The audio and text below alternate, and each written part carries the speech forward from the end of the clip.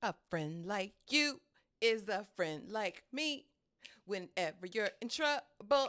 Y'all listen, the song is catchy. And the movie, I liked it.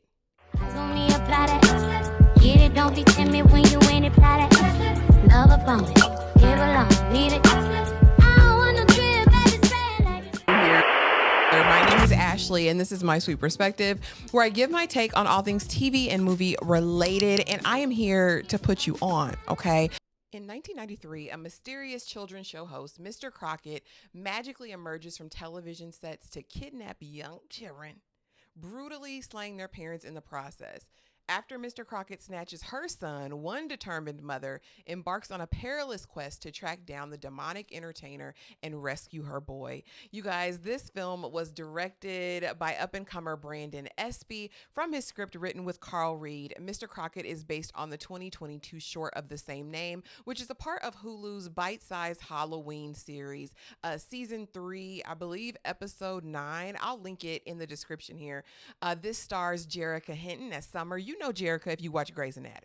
Okay, you know my good sis. Elvis Nolasco as Mr. Crocket did his big one. He was the standout for me in this movie, you guys. If you know him from Godfather of Harlem, probably.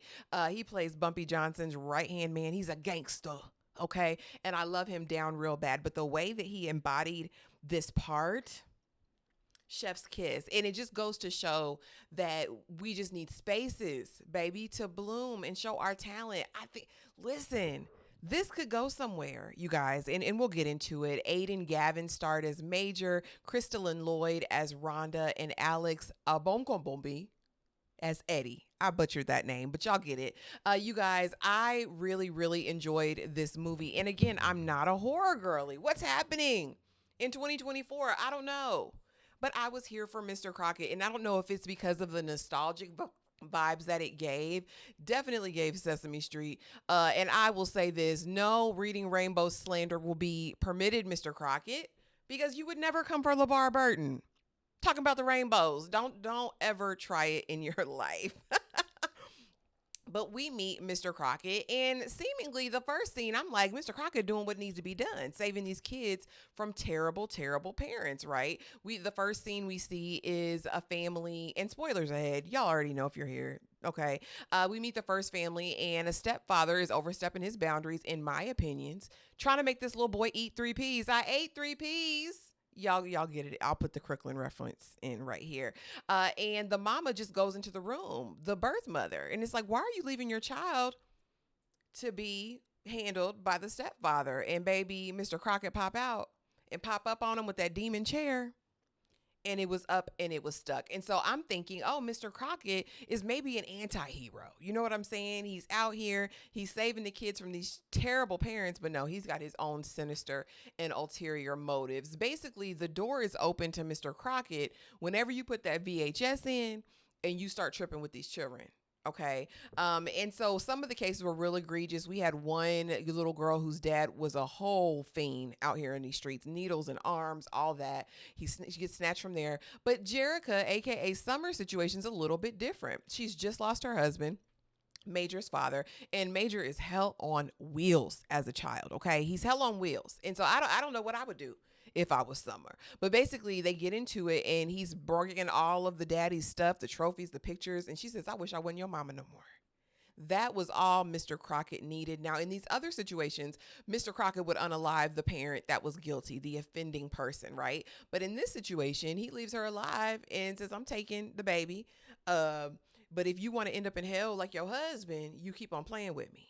All right. And so now we're on this quest to find out what happened to my child. Major was hell, but he was mine. I never meant to say what I said. And so as we go on this journey, we have some warnings given by the first mama. She pops up, but now she's out there, turned out, missing her child. But she can see. She's got some insight. She can connect to the thoughts. And we find out Mr. Crockett's story, but not before meeting a man who says that his child was abducted. Now, I was looking at this man sideways from the beginning. He had the look in his eyes like he was taken as a child.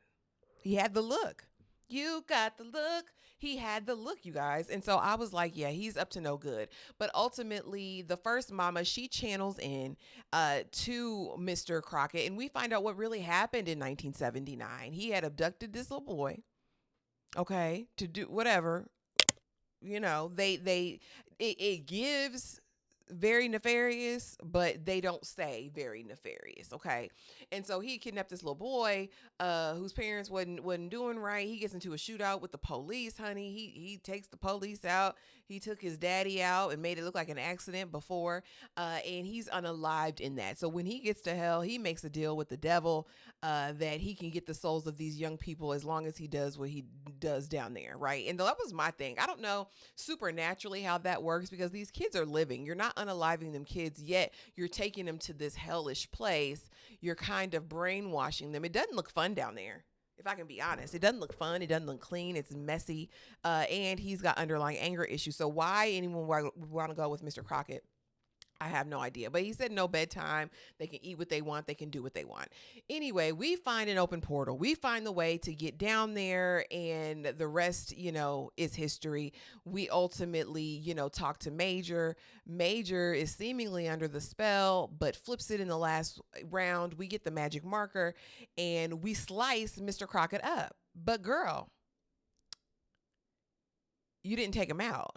Baby, we not finna just slice you in half, because a half is still can be a whole one day. I need Mr. Crocket to no longer be breathing. But before that, the man I told y'all about who looked like he got taken as a kid was taken as a kid. That was him. Mr. Crocket looked at him and said, "You're not that innocent young little boy anymore. You're a grown, terrible man." Unalived him right there. And so now, like I said, she's getting the other kids back through the portal, but she doesn't end Mr. Crocket. A couple days, weeks later, little boy's in the schoolhouse beating everybody up, talking about his daddy. Why are you still not looking at that little boy's drawings and artwork and stuff? He's been through a traumatic situation. She acting shocked. What could it be? No, his father, there's no father figure in the home. That little boy drawing pictures of you, his mommy, Mr. Crocket, his daddy, and he the child. And you gave him the magic marker. Summer, this is on you. When we get part 2, this is on you guys. But overall, I really enjoyed it. I thought it was a super fun ride. Scary, it was not to me at all. But again, I'm beginning to think horror is maybe deeper than being scared. I do like the messaging behind it, that kids be going through it out here. And in some ways they do need, a lot of kids do need advocating and saving. You know what I mean? I enjoyed the performance, like I said, of Elvis Nolasco. I thought he did an amazing job as Mr. Crocket. I think he embodied the sinister nature of him. Again, between him and Luke James for Black horror characters this year, I think they've both just amped it up. I think these are iconic types of characters that I can see in the long haul. I will say, initially when this opens up, you might think Tubi movie. I will say that it did give that a little bit, but I think the performances were solid.